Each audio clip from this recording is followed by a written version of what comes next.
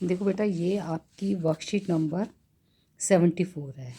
इसके अंदर क्या था कि हमें प्रश्न पत्र को हमारी 2 वर्कशीट में 74 और 75 में प्रश्न पत्र को समझाया गया है।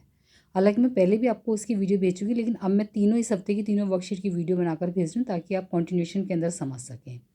ठीक है बेटा, इसके अंदर आपको दो हमारे प्रश्न पत्र को 2 भागों में बांटा गया है, भाग ए और भाग बी।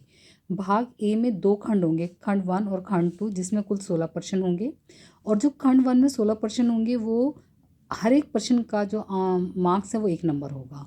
और जो खंड 2 में होंगे वो 4 केस स्टडी पर आधारित प्रश्न होंगे, जिसमें किसी भी कॉन्सेप्ट को लेकर थ्योरेटिकल पार्ट लिखा होगा कहानी की तरह से, और आपको उसको समझकर फिर नीचे लिखे प्रश्नों के उत्तर देने हैं। इस केस स्टडी में 5 क्वेश्चन आपसे पूछे जाएंगे, जिसमें आपको किन्हीं 4 का जवाब देना है। प्रत्येक केस स्टडी 4 अंक की होगी। तो 4 चौक 16, इधर से 16 एकम 16, यानी टोटल कितने हो गए आपके? 32 अंक हो गए। ठीक है। अब जैसे फॉर एग्जांपल वो ये समझाना चाह रहे हैं कि खंड 1 में जो शामिल किए गए प्रश्न है वो अति लघु उत्तर प्रश्न और रिक्त स्थान वाले होंगे। जैसे फॉर एग्जांपल ये है, एपी बराबर है 34, एपी दे रखा 34 32 30 डैश डैश के लिए प्रथम पद और सार्वंतर क्या है। इसका मतलब आपको एपी का लेसन आना चाहिए। तो एपी में क्या होता है? प्रथम पद आपका क्या होता है? जो पहला पद होता है उसको ए भी कहते हैं, उसको A1 भी कहते हैं। और सार्वंतर क्या होता है? वो होता है आपका A2 माइनस A1। यहाँ पर A1 ये है, A2 ये है, A3 ये है। ठीक है ना। तो जैसे फॉर एग्जांपल मैं इसका आंसर मैं आपको यहाँ पर बताती हूँ। ये आपको दे रखा है सार्वंतर 34 32 30 के प्रथम पद और सार्व अंतर क्या है। ठीक है ना। तो प्रथम पद आपका क्या हो गया? ए बराबर A1 यानी 34। तो सार्वंतर डी क्या हो गया? A2 माइनस A1 यानी 32 माइनस 29 माइनस 2, ये इसका आंसर है। ठीक है ना। फिर वो दूसरा क्वेश्चन कह रहा है कि बिंदु -5, 8 तथा y अक्ष के बीच की दूरी बताओ। तो ये आपका निर्देशांक ज्यामिति में क्वेश्चन है। बेटा यहाँ पर आपको ये समझना पड़ेगा, अगर y अक्ष की बात हो रही है तो इसका मतलब x का बिंदु 0 है। ठीक है ना। तो y अक्ष पर हम क्या मानेंगे? बिंदु हमारा क्या होगा? 0, y। आपको होगा मैडम y क्यों लिया?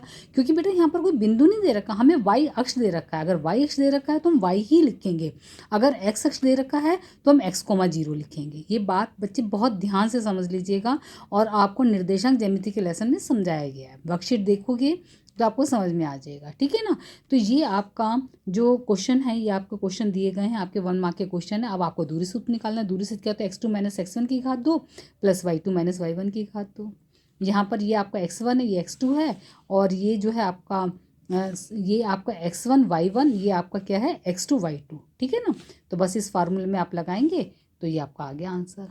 ठीक है। इसी तरह से ये आपका है कि क्वेश्चन नंबर 3 क्या है कि किसी वर्ग अंतराल की ऊपरी वर्ग सीमा और निम्न वर्ग सीमा के बीच के अंतर को क्या कहते हैं? वर्गमाप कहते हैं। ठीक है। चौथा क्वेश्चन आपका परिधि निकालनी है। ठीक है। चौथा क्वेश्चन आपका क्या है कि अर्ध चंद्राकार चांदे का व्यास 14 सेंटीमीटर, ये आपको अभी प्री बोर्ड में भी आया था और आपके वर्कशीट में भी कराया हुआ है। तो चांदे की परिधि ज्ञात करनी है। आप देख रहे हो ना, चांदा क्या होता है? अगर व्यास का मतलब है तो इसका मतलब अर्धवृत्त।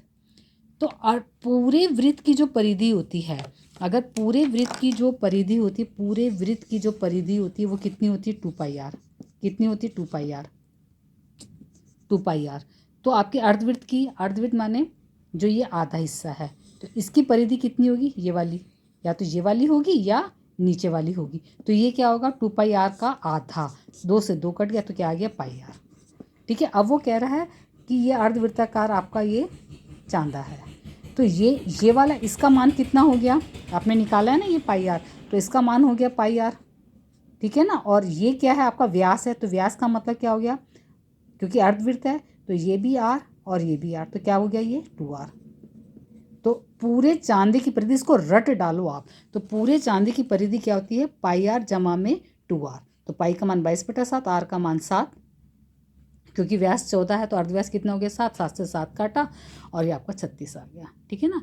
अब इस तरह से ये हो गया। अब केस स्टडी पर आधारित प्रश्न क्या है कि पंकज और भावेश ताश खेल रहे हैं।